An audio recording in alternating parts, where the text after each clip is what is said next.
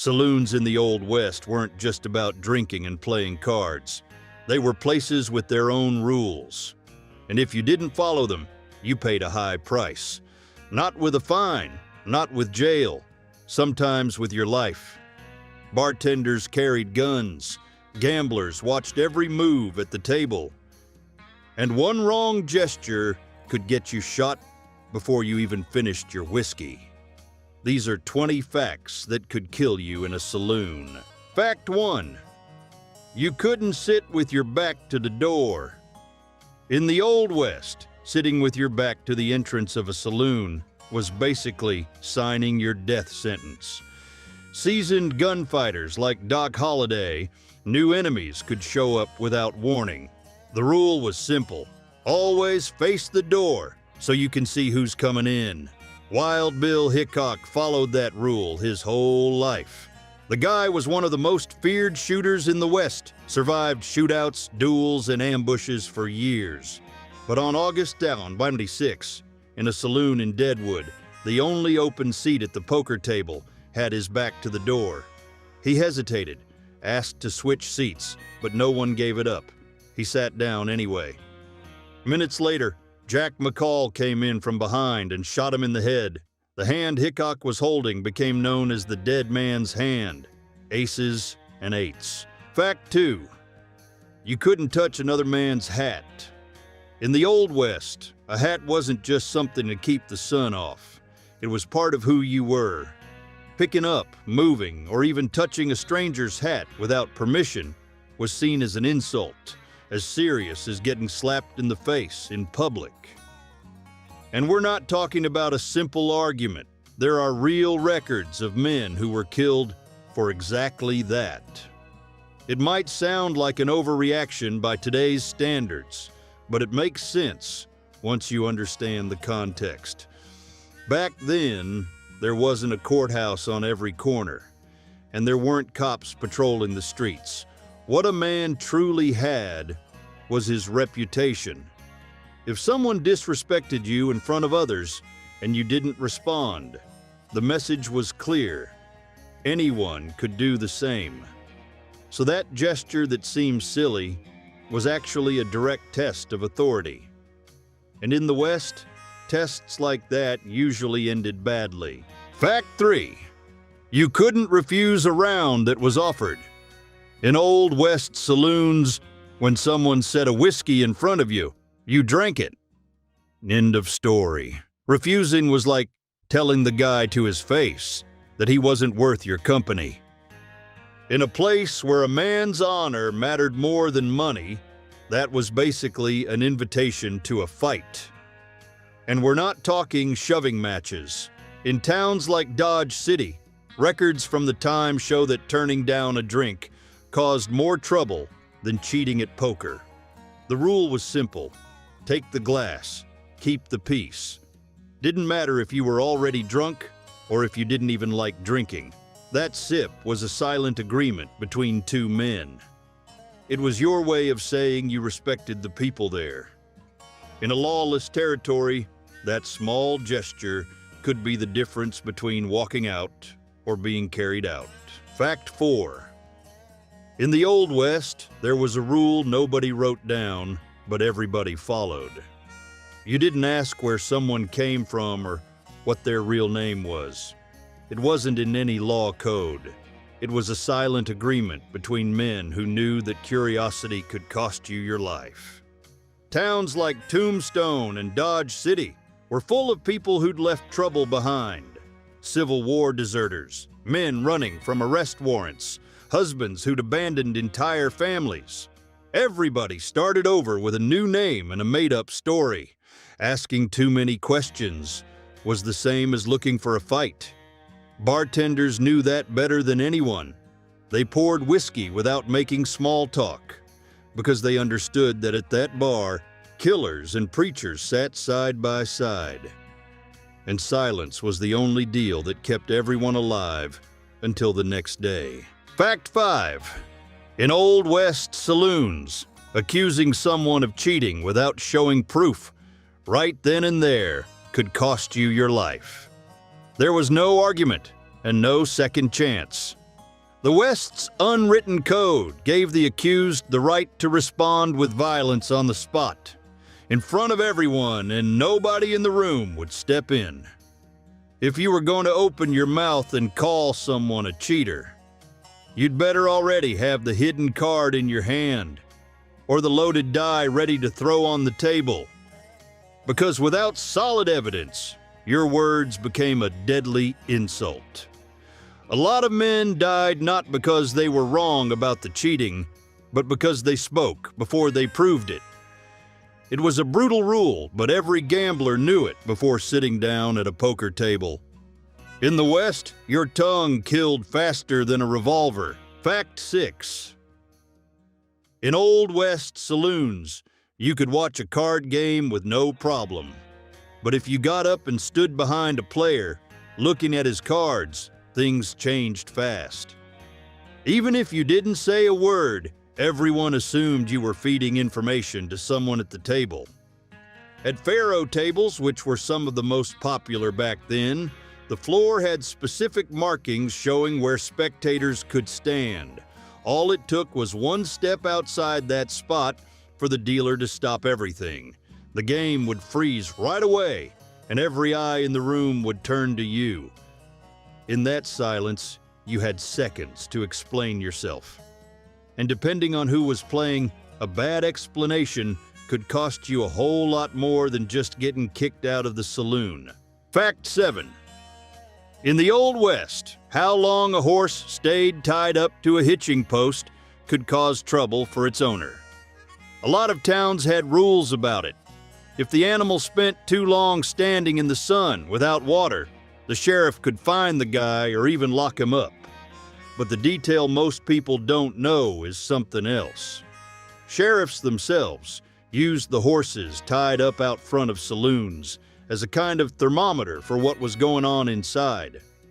A horse standing there for hours meant its owner was stuck at a gambling table in a fight or passed out in the back of the bar. It was a silent warning sign. Some marshals would make their rounds looking specifically at the animals on the posts. If they recognized the horse of someone known for causing trouble, they'd go in ready. The animal outside was telling a story its owner inside didn't even realize he was telling. Fact 8. In Old West saloons, there was a rule most people today don't know. If two men started a fight, nobody around them got involved. Didn't matter if you knew one of them. Didn't matter if you thought one of them was wrong. Stepping into that situation automatically meant taking a side. And taking a side when nobody asked you to was the same as painting a target on your back. The only person who could step in was the bartender. The saloon was his territory, and keeping order there was part of the job.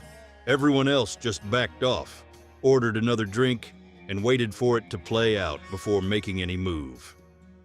Sounds strange, but that logic saved lives. In a place where just about everyone carried a gun, the smart move was simply to mind your own business. Fact 9. A lot of people think that in the Old West, the sheriff was the one in charge. Not always. In a lot of towns, the real power was in the hands of the saloon owner. This guy controlled the money moving through the area, paid armed hired guns, and often even bankrolled the sheriff's own campaign. In other words, the law depended on him. Causing trouble inside his place wasn't just bad manners. It was picking a fight with the man who decided who stayed and who disappeared from town. He didn't need a courthouse to settle things. One word from him, and you could lose credit, a job, and even protection. In towns like Dodge City and Tombstone, saloon owners were consulted before political decisions. The bartender poured the drinks, but the man in the back was the one who enforced the order. Fact 10. Here's something that goes against everything you've seen in the movies. Towns like Dodge City and Tombstone had laws banning guns inside the city limits. That's right. Once you crossed into town, you were required to hand your revolver over to the sheriff or leave it at the hotel. Anyone caught armed on the streets could be arrested or fined. And you know the famous gunfight at the OK Corral in '81. It started for that exact reason. The Clanton brothers refused to turn in their weapons like the law required. Wyatt Earp and his allies went to enforce that rule. The result was 30 seconds of gunfire that went down in history. The issue was never whether the law existed. It did. The real problem was something else: who actually had the power to enforce it in a land where authority depended on who drew faster. Fact 11. In the Old West's mining towns, gold dust worked as money, but nobody accepted it without checking the weight right there. Every saloon had a scale on the bar, and your payment was weighed in front of you. Now here's the part most people don't know. Bartenders would purposely grease up their fingers. When they handled the gold dust, a small amount would stick to their hands. Not enough for anyone to notice in a single transaction. But multiply that by dozens of customers every night, and you get the idea. By the end of the week, that buildup of gold turned into a pretty nice profit. It was a quiet theft happening right in front of everyone. Nobody tossed gold on the bar and walked away. If you did, you'd end up paying a lot more than you should for your drink. Fact 12. In Old West saloons, the bartender wasn't just the guy pouring whiskey. He was the one who really held all the information in that place. He knew who owed money, who was armed, who had beef with who, and who was lying about their real identity. Calling that guy a liar in front of everyone was a mistake that could cost you. Not necessarily with a bullet, but in a way that was almost worse. He could simply refuse to serve you, spread the word that you were trouble, and make sure no other saloon in town would take you in. In a lot of small towns, losing access to the saloon meant losing access to deals, news, and even a place to stay. The bartender controlled all of that without ever needing to raise his voice. If you understood the rules, you kept quiet and drank in peace. Fact 13. In Old West saloons, most shootouts didn't start with words. They started with a gesture. In a place where just about everyone carried a revolver, there was a rule nobody had to explain. If you touched the grip of your gun during an argument, that was taken as a statement. Didn't matter if you were just adjusting your holster or scratching your waist. The guy across the table wasn't going to stop and ask what you meant. He was going to react. And reacting in the West meant drawing first. Historians who studied records from sheriff's offices and newspapers from the time found something that surprises a lot of people. Most deadly confrontations in saloons didn't have any verbal threat before the first shot. It all happened because someone moved their hand the wrong way at the wrong time in front of the wrong person. Fact 14. In 880, the war had been over for 15 years, but inside Western saloons, that topic was still alive like embers under ash. A lot of men drinking side by side at the same bar had fought on opposite sides. Ex-Confederates and Union veterans shared the same whiskey, not because they'd forgiven each other, but because the West was the only place they could start over. The problem was, alcohol loosened tongues. A joke about Gettysburg, a comment about which side was right, a simple mention of a general. Any slip-up could turn a quiet night into bloodshed. Smart bartenders learned to change the subject the second the talk headed that way. Some saloon owners even posted rules banning war talk. The national wound was still open, and at those bars, one wrong word was enough to prove it. Fact 15. Poker and faro kept saloons running. Without the gaming tables, a lot of owners would have just closed their doors. And those tables had their own rules that everyone knew. The dealer controlled the pace, the house pros had their seats, Even people who were just watching had to respect a set spot. Touching the cards out of turn, interrupting a big round, or jumping into a hand without being invited caused trouble right away. But the most dangerous thing someone could do was accuse another player of cheating, even if it was true, because the response almost never came with words. Wild Bill Hickok, one of the most well-known gamblers in the Old West, was killed with a shot in the back during a game in Deadwood in 1876. Fact 16. Fire was more feared than any gunfighter in the Old West.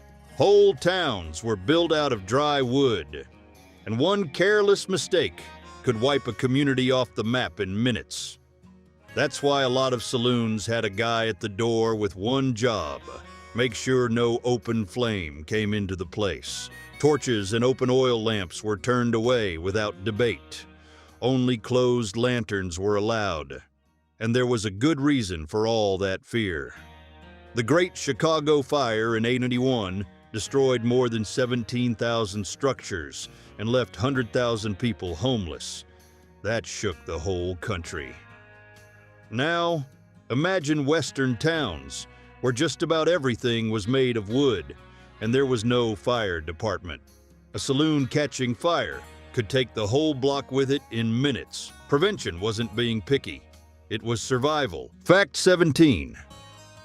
In Old West saloons, women weren't there just to serve drinks or dance. They were the center of the business. Dancers, companions, backroom workers. They all brought money straight into the owner's pocket. And because of that, they had real protection. Mess with one of them without permission, don't pay what you agreed on, or cause a scene. You weren't just offending the woman. You were costing the boss money. And the response came fast, usually with force. But here's the part nobody talks about. Those women heard everything. Every conversation, every drunk confession, every hidden debt. They knew who owed who was running from the law, and who was planning what. In a place where information was worth as much as gold, they had more power than anyone realized. Fact 18. In an Old West saloon, you could find a preacher sitting next to a wanted killer.